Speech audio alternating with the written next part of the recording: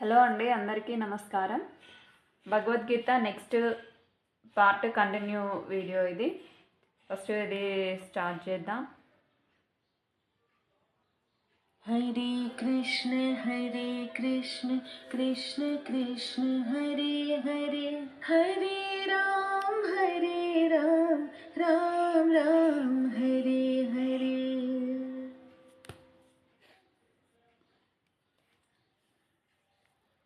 తెలుగు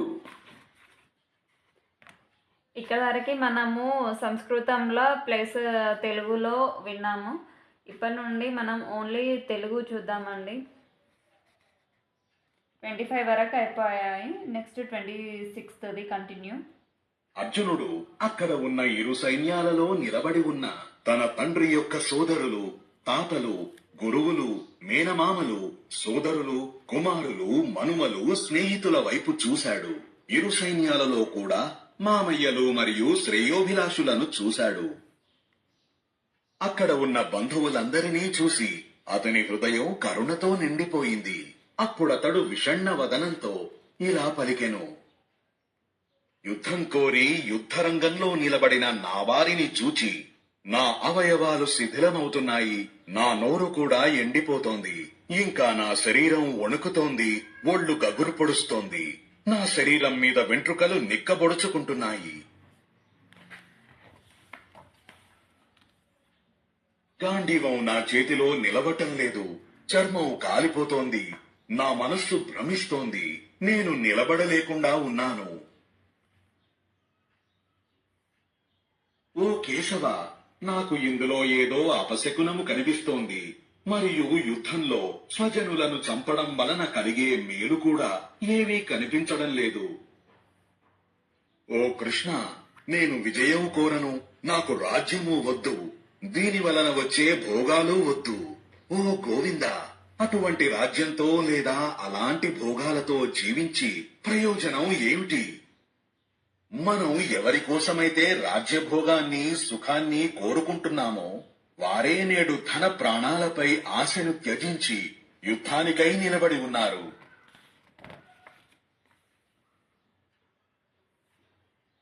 వీరంతా మన గురుజనులు, పెదనాన్న, బాబాయి, కొడుకు, తాతగారు, మామయ్య, మనుమలు, బావమరుదులు మరియు ఇతర బంధువులు. ఓ మధుసూదన, నాకు వారిని చంపిన తరువాత ఈ పృథ్వీయే కాదు, ఆ 3 లోకాలపై ఆధిపత్యం లభించిన నేను వారిని చంపడానికి ఇష్టపడను. ఇక్కడ ఒకటి ఫోటో ఉంది కదండి, దీన్ని ఒకసారి చూద్దాము.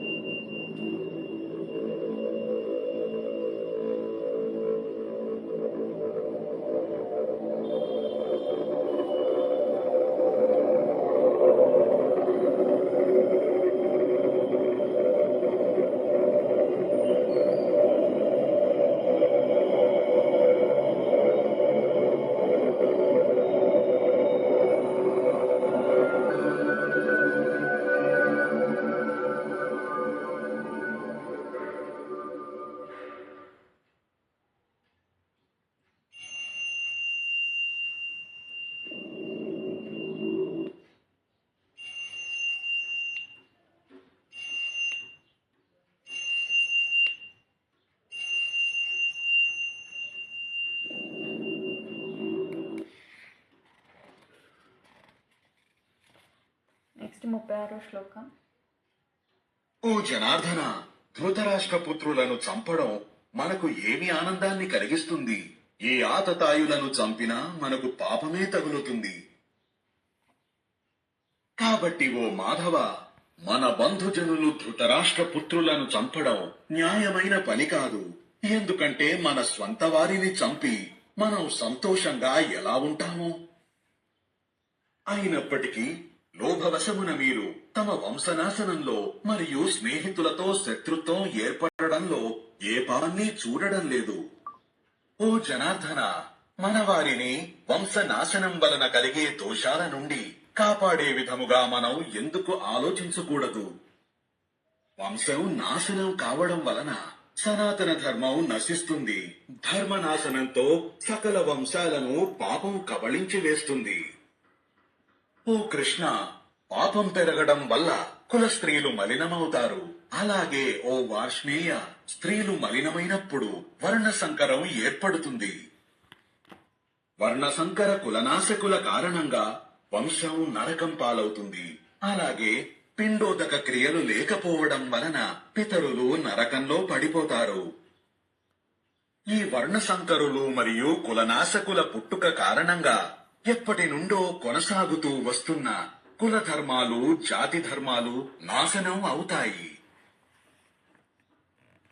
ఓ జనార్దన, మనం విన్నాము, ఎవరి వంశమైతే నాశనం అవుతుందో వారు మనం ఊహించలేనంత కాలం నరకవాసులవుతారు. అయ్యో, మనం రాజ్యం మరియు సుఖాల మీద మోజుతో మహాపాపాలకు పాల్పడడానికి నిశ్చయించుకున్నాము. అలాగే మన స్వంత కుటుంబాన్ని నాశనం చేయడానికి సిద్ధపడ్డాము. ఒకవేళ ధృతరాష్ట్ర పుత్రులు నా వంటి నిరాయుధుణ్ణి యుద్ధంలో చంపినా అది నాకు మేలు కలిగించేదే అవుతుంది. సంజయుడు పలికి అలా అని అర్జునుడు దుఃఖంతో విచలితుడై ధనుర్బాణాలను విడిచిపెట్టి యుద్ధ భూమిలో రథం మధ్యలో కూర్చుండిపోయాడు. ఇక్కడికి చాప్టర్ 1 క్లోజ్ అయిపోయిందండి.